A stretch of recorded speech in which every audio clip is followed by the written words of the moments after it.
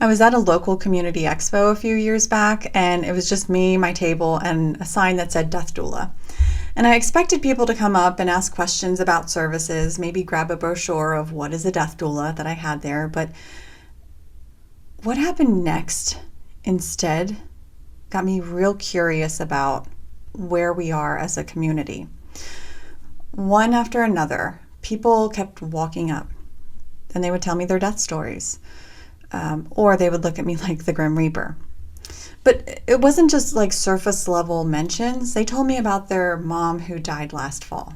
They told me about their baby who never made it home. They told me about their partner they're still grieving 20 years later.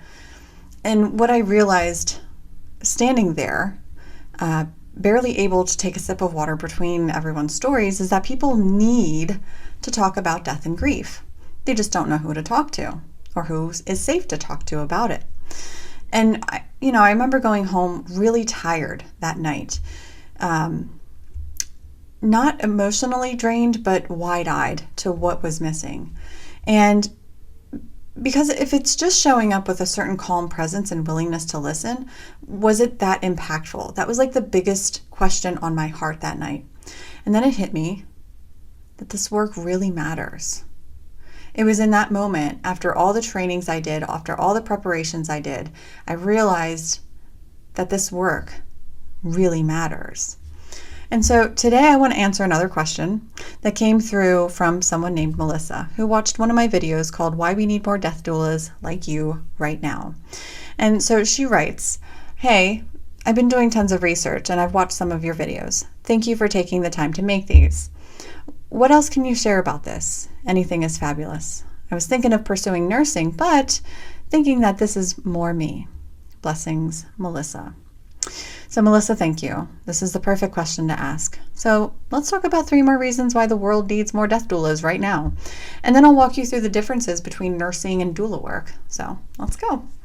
You probably heard me say that our healthcare system is overwhelmed, that baby boomers are now aging by the millions at this point, and that death doulas are helping to fill a real gap in the care of our culture. And that's all true, but there's more to this story. So the 3 reasons more that we need people, even maybe you, to step into this work are: 1, because our medical and death care professionals are maxed out, families still need someone who can stay. So let's start with what's actually happening on the ground. Nurses, social workers, funeral directors, these are incredible, compassionate professionals, but the systems they work in don't leave room for them to pause. It's task after task, right? They're charting the notes, they're getting their paperwork in, they're prepping the next room, they're answering the next call, they're transporting the next person. And so then what happens is families are often left in the wake of a system that can't stop and breathe with them. And that's where death doulas can step in. We're not tied to the same time constraints or logistics as these other professionals. We're not running off to complete 5 more patient visits. We're here to sit and stay, to support, to be that steady presence during what's most often the most emotional, disorienting moment of a person's life. And that stillness, that human presence, it's so healing. It's healing in a way that no checklist or procedure could ever be. Which leads me to number 2, because we need space and permission to talk about grief before, during, and after. Death doulas are a major component to helping that happen. So this might sound familiar, but I'll say it again because it's always true. When I tell someone I'm a death doula, they either look at me like I'm a Grim Reaper and walk away real fast, or they lean in and they tell me about their grief, about their death story. And it's not just because of what I do. It's because they've been holding on to something. And then suddenly they see someone who might actually receive it. Because let's be real, there aren't many places in this culture where people feel safe enough to share their grief. Even folks in therapy sometimes have told me that I don't feel safe telling my therapist about this. I don't want to overwhelm them and I don't want to traumatize them. But there's something about the way that we show up as a death doula, as grounded humans who know death, who live close to it, who aren't afraid of these big feelings. It makes people feel safe. And it's not about offering advice. It's not about fixing anything. It's all about allowing the space for them to share. People want to talk about their grief. They just don't know who to talk to. And so death doulas help make that conversation possible. It makes it more human again, which leads me to number 3. Because we are all making death human again. And this is the heart of it for me. It always has been.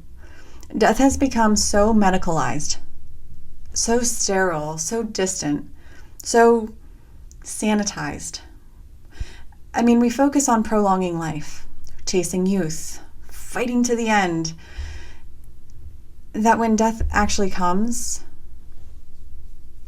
we panic, we freeze, we don't know what to do. Families get told, get your affairs in order or say your goodbyes, but they just don't know how. I mean, how can you? And so what we do as death doulas is we can help slow it all down and give a roadmap of sorts. I often find myself reminding people that death is a human experience. It's not a medical event. We help the dying person feel seen. We help their loved ones be held and heard. We sit in the spaces where there are no more answers. There's just presence, tenderness, and truth. And when we do that, when we show up in that way of simply holding space, we don't just ease the transition. We remind people that even at the end, especially at the end, that their life matters, that their grief matters, that their humanity matters. So let's talk more about logistics. So because Melissa had a great question, I know that some of you are wondering the same thing because I've gotten this question in my inbox, in my DMs, in my comments. Should I become a nurse or a death doula? What's the difference? And here are the key differences. So nurses, they go through an accredited school. It's in between 2 to 4 plus years. You have to pass state exams. You work in hospitals, hospices, clinical settings. You administer meds, you monitor vitals, you perform procedures. You're usually working as an employee inside of a healthcare system. And you are often caring for multiple patients at once, so multitasking to the extreme, right? And as a death doula, on the other hand, we are non-medical professionals. Typically, we have completed a certification, but since it's unregulated, it's not necessary. We provide emotional, spiritual, logistical support, along with some grief support as well. And we can craft our own practice, whether it's solo or with teams or with another business. We often work independently with one family at a time, and we offer support across death, dying, and grief in homes, hospices, hospitals, and more. And here's how I usually sum it up. Nurses tend to the body, doulas tend to the soul. And for me, now this is for me, the thought of working 40 to 60 hours inside of a medical system, it just didn't sit well with me. And I didn't want to bounce between patients all day, every day. I wanted to be fully present with one person or one family, and that's why I felt called to death doula work. And that's what makes death doula work more possible. But again, only you know which path is yours. And if you're still considering either path, keep looking, keep leaning. Maybe enroll in classes, maybe enroll in school, maybe check out other, free webinars or other videos. And maybe you walk away and you're like, it's not for me. Or maybe you choose one or the other. Or maybe you can choose both. The world is your oyster. But I do know that we need more people in this space. More people who are willing to go into these spaces, these hard, difficult, complicated spaces. And whether you're a nurse, a funeral director, a caseworker, a home health aide, a death doula, you're so needed and valuable. So, Melissa, and anyone else here sitting with that same question, let me just say, your heart already knows. You might be someone who thrives in a structured clinical system, or you might be someone who wants to build something of your own, maybe slowly, gently, one person at a time. And again, both of these paths are needed, but only one will feel right in your body. So take your time.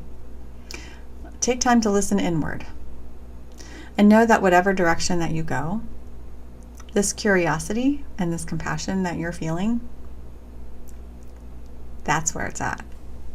Follow it.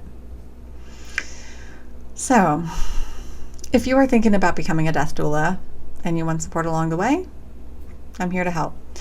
You can check out the course that I have, or you can book a clarity call with me. Or if you're already a death doula and you need some mentorship, I offer that too. This type of work changes lives. And more importantly, it changes us. Which is such a beautiful thing if you think about it. So, if you made it this far, did you make it here? It's good to see you here. Drop your favorite color heart emoji in the comments to let me know that you made it this far. I love seeing who's walking alongside this path with me and who makes it to the end. So, until next time, be good to yourself, okay? And just remember that this work is human work and you don't have to do it alone. All right, bye for now.